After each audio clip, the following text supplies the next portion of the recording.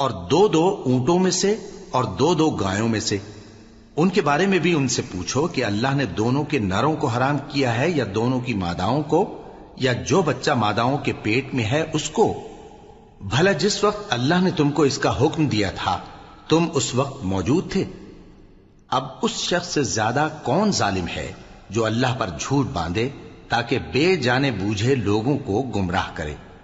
کچھ شک نہیں کہ اللہ ظالم لوگوں کو ہدایت نہیں دیتا۔ کہو کہ جو احکام مجھ پر نازل ہوئے ہیں میں ان میں کوئی چیز جسے کھانے والا کھائے حرام نہیں پاتا، بجز اس کے کہ وہ مرا ہوا جانور ہو یا بہتا لہو یا سور کا گوشت، کہ یہ سب ناپاک ہیں، یا کوئی گناہ کی چیز ہو کہ اس پر اللہ کے سوا کسی اور کا نام لیا گیا ہو۔ اور اگر کوئی مجبور ہو جائے لیکن نہ تو نافرمانی کرے اور نہ حد سے باہر نکل جائے تو تمہارا پروردگار بخشنے والا ہے، مہربان ہے۔ اور یہودیوں پر ہم نے سب ناخن والے جانور حرام کر دیے تھے، اور گایوں اور بھیڑ بکریوں سے ان کی چربی ان پر حرام کر دی تھی، سوائے اس کے جو ان کی پیٹھ پر لگی ہو یا آنتوں میں لگی ہو یا ہڈی سے ملی ہو۔ یہ سزا ہم نے ان کو ان کی شرارت کے سبب دی تھی، اور ہم یقیناً سچ کہنے والے ہیں۔ اب اگر یہ لوگ تمہاری تکذیب کریں تو اے پیغمبر کہہ دو تمہارا پروردگار بڑی رحمت والا ہے، اور اس کا عذاب بھی گناہگار لوگوں سے نہیں ٹلے گا۔ جو لوگ شرک کرتے ہیں وہ کہیں گے کہ اگر اللہ چاہتا تو ہم شرک نہ کرتے، اور نہ ہمارے باپ دادا شرک کرتے، اور نہ ہم کسی چیز کو حرام ٹھہراتے۔ اسی طرح ان لوگوں نے تکذیب کی تھی جو ان سے پہلے تھے، یہاں تک کہ ہمارے عذاب کا مزہ چکھ کر رہے۔ کہہ دو کیا تمہارے پاس کوئی سند ہے؟ اگر ہے تو اسے ہمارے سامنے لاؤ۔ تم لوگ تو بس گمان کے پیچھے چلتے اور اٹکل کے تیر چلاتے ہو۔ کہہ دو کہ اللہ ہی کی حجت غالب ہے، پھر اگر وہ چاہتا تو تم سب کو ہدایت دے دیتا۔ کہو کہ اپنے گواہوں کو لاؤ جو بتائیں کہ اللہ نے یہ چیزیں حرام کی ہیں، پھر اگر وہ آ کر گواہی دیں تو تم ان کے ساتھ گواہی نہ دینا، اور نہ ان کی خواہشوں کی پیروی کرنا جو ہماری آیتوں کو جھٹلاتے ہیں اور جو آخرت پر ایمان نہیں لاتے، اور بتوں کو اپنے پروردگار کے برابر ٹھہراتے ہیں۔ کہو کہ لوگو آؤ میں تمہیں وہ چیزیں پڑھ کر سناؤں جو تمہارے پروردگار نے تم پر حرام کر دی ہیں۔ ان کی نسبت اس نے اس طرح ارشاد فرمایا ہے کہ کسی چیز کو اللہ کا شریک نہ بنانا، اور ماں باپ سے بدسلوکی نہ کرنا بلکہ حسن سلوک کرتے رہنا، اور ناداری کے اندیشے سے اپنی اولاد کو قتل نہ کرنا، کیونکہ تم کو اور ان کو ہم ہی رزق دیتے ہیں۔ اور بے حیائی کے کام ظاہر ہوں یا پوشیدہ ان کے پاس نہ پھٹکنا، اور کسی شخص کو جس کے قتل کو اللہ نے حرام کر دیا ہے قتل نہ کرنا، مگر جائز طور پر، یعنی جس کا شریعت حکم دے۔ ان باتوں کی وہ تمہیں تاکید کرتا ہے تاکہ تم سمجھو۔ اور یتیم کے مال کے پاس بھی نہ جانا مگر ایسے طریق سے کہ بہت ہی پسندیدہ ہو، یہاں تک کہ وہ جوانی کو پہنچ جائے، اور ناپ اور تول انصاف کے ساتھ پوری پوری کیا کرو۔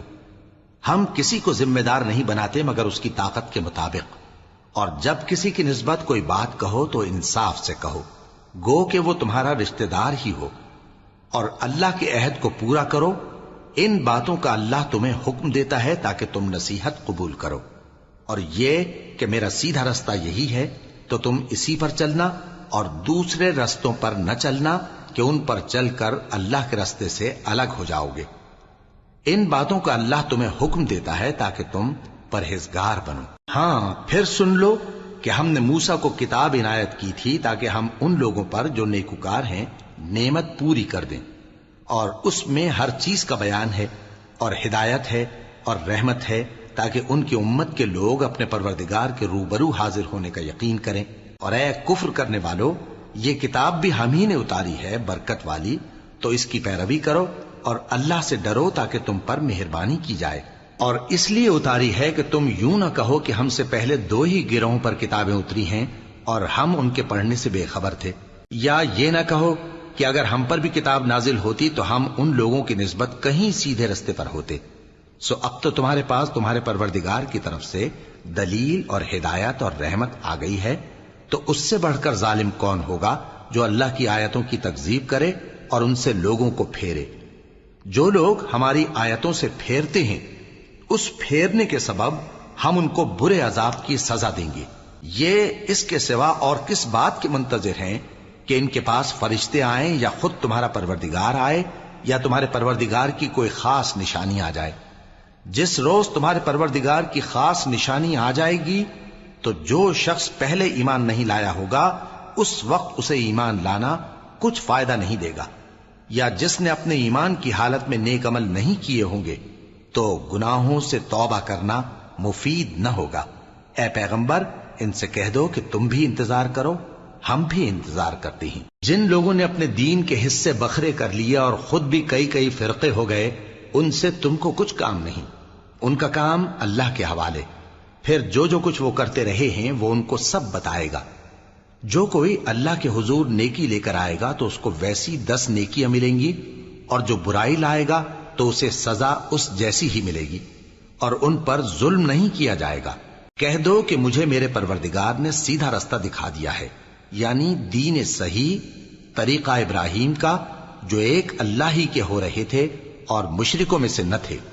یہ بھی کہہ دو کہ میری نماز اور میری قربانی اور میرا جینا اور میرا مرنا سب اللہ رب العالمین ہی کے لیے ہے، جس کا کوئی شریک نہیں، اور مجھ کو اسی بات کا حکم ملا ہے اور میں سب سے اول فرما بردار ہوں۔ کہو کیا میں اللہ کے سوا کوئی اور آقا تلاش کروں جبکہ وہی تو ہر چیز کا مالک ہے، اور جو کوئی برا کام کرتا ہے تو اس کا ضرر اسی کو ہوتا ہے، اور کوئی شخص کسی دوسرے کے گناہ کا بوجھ نہیں اٹھائے گا۔ پھر تم سب کو اپنے پروردگار کی طرف لوٹ کر جانا ہے، تو جن جن باتوں میں تم اختلاف کیا کرتے تھے وہ تم کو بتائے گا، اور وہی تو ہے جس نے زمین میں تم کو اپنا نائب بنایا اور ایک کے دوسرے پر درجے بلند کیے، تاکہ جو کچھ اس نے تمہیں بخشا ہے اس میں تمہاری آزمائش کرے۔ بے شک تمہارا پروردگار جلد عذاب دینے والا ہے، اور بے شک وہ بخشنے والا ہے، مہربان بھی ہے۔ شروع اللہ کا نام لے کر جو بڑا مہربان نہایت رحم والا ہے۔ الف لام میم صاد۔ اے نبی، یہ کتاب جو تم پر نازل ہوئی ہے اس سے تمہیں تنگ دل نہیں ہونا چاہیے۔ یہ نازل اس لیے ہوئی ہے کہ تم اس کے ذریعے سے لوگوں کو ڈر سناؤ، اور یہ ایمان والوں کے لیے نصیحت ہے۔ لوگوں، جو کتاب تم پر تمہارے پروردگار کے ہاں سے نازل ہوئی ہے اس کی پیروی کرو، اور اس کے سوا اور رفیقوں کی پیروی نہ کرو، اور تم کم ہی نصیحت قبول کرتے ہو۔ اور کتنی ہی بستیاں ہیں کہ ہم نے تباہ کر ڈالیں جن پر ہمارا عذاب یا تو رات میں آتا تھا جبکہ وہ سوتے تھے، یا دن کو جب وہ قیلولہ یعنی دوپہر کو آرام کرتے تھے، تو جس وقت ان پر عذاب آتا تھا ان کے منہ سے یہی نکلتا تھا کہ ہائے ہم اپنے اوپر ظلم کرتے رہے۔ تو جن لوگوں کی طرف پیغمبر بھیجے گئے ہم ان سے بھی پرسش کریں گے اور پیغمبروں سے بھی پوچھیں گے، پھر اپنے علم سے ان کے حالات بیان کریں گے، اور ہم کہیں غائب تو نہیں تھے۔ اور اس روز اعمال کا تلنا برحق ہے، تو جن لوگوں کی تولیں بھاری ہوں گی وہ تو کامیاب ہیں، اور جن کی تولیں ہلکی ہوں گی تو یہی لوگ ہیں جنہوں نے اپنے آپ کو خسارے میں ڈالا، اس لیے کہ ہماری آیتوں کے بارے میں بے انصافی کرتے تھے۔ اور ہم ہی نے زمین میں تمہارا ٹھکانہ بنایا اور اس میں تمہارے لیے اسباب معیشت پیدا کیے، مگر تم کم ہی شکر کرتے ہو۔ اور ہم ہی نے تم کو ابتدا میں مٹی سے پیدا کیا، پھر تمہاری شکل و صورت بنائی، پھر فرشتوں کو حکم دیا کہ آدم کے آگے سجدہ کرو، تو سب نے سجدہ کیا لیکن ابلیس کہ وہ سجدہ کرنے والوں میں شامل نہ ہوا۔